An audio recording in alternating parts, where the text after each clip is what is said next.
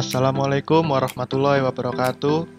Nama saya Muhammad Atalaira Valensi, NIM 19051214080. Pada video saya kali ini, saya akan menjelaskan tentang standarisasi jaringan. Apa itu standarisasi jaringan?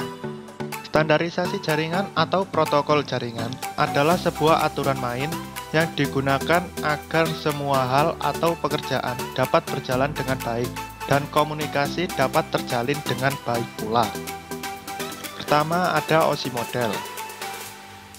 OSI model bukan sebuah hardware, melainkan sebuah referensi bagi vendor agar device-nya dapat berjalan di jaringan.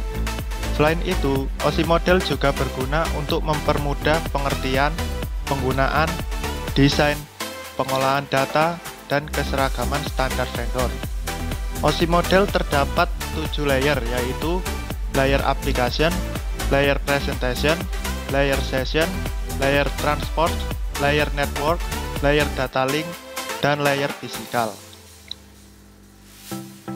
OSI model memiliki manfaat seperti membuat peralatan vendor yang berbeda dapat saling bekerja sama, membuat standarisasi yang dapat dipakai vendor untuk mengurangi kerumitan perancangan, standarisasi interface dan modular engineering, memudahkan pelatihan network.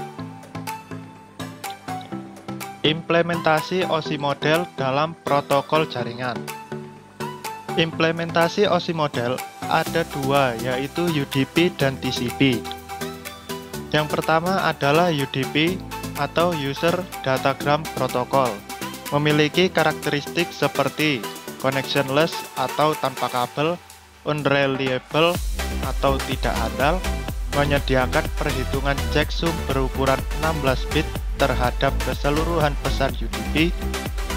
UDP lebih cocok digunakan untuk sistem multicast atau video broadcast. Penggunaan UDP. Berikut adalah alasan kenapa menggunakan protokol UDP. 1. Protokol yang ringan.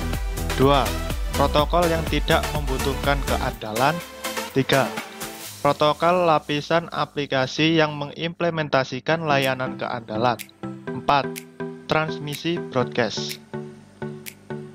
Yang kedua adalah TCP/IP atau Transmission Control Protocol or Internet Protocol. Memiliki karakteristik seperti berorientasi sambungan, full duplex, reliable atau dapat diandalkan, byte stream, memiliki layanan flow control, melakukan segmentasi terhadap data yang datang dari layer aplikasi atau interface, mengirim paket secara one-to-one. Penggunaan TCP.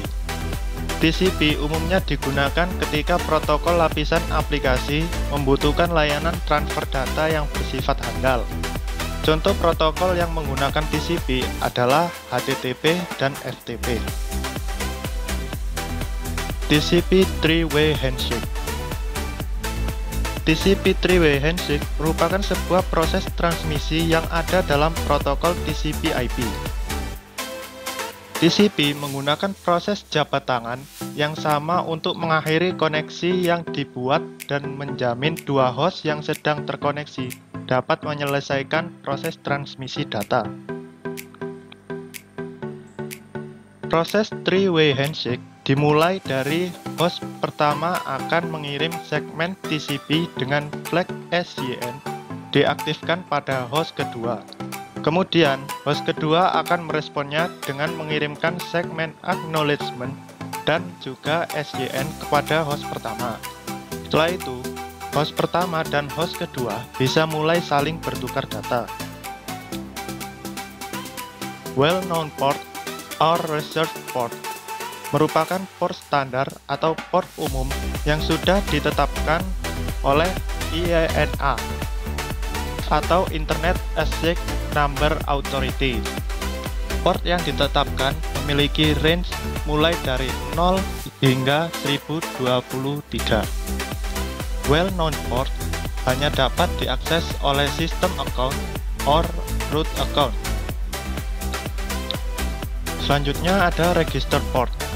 IANA mendaftarkan port 1024 hingga 49151 untuk kenyamanan komunitas internet. Lalu mendaftarkan port 49152 hingga 65535 sebagai port dinamis atau port pribadi. Perbedaan port UDP dan TCP. Port TCP mempresentasikan satu sisi dari sebuah koneksi TCP untuk protokol lapisan aplikasi. Port UDP mempresentasikan trim pesan UDP untuk protokol lapisan aplikasi. Protokol lapisan aplikasi yang menggunakan port TCP dan port UDP dalam nomor yang sama juga tidak harus sama. Ya, itulah akhir dari materi kali ini. Semoga apa yang saya bagikan bisa bermanfaat bagi kita. Terima kasih sudah menyaksikan. Wassalamualaikum warahmatullahi wabarakatuh.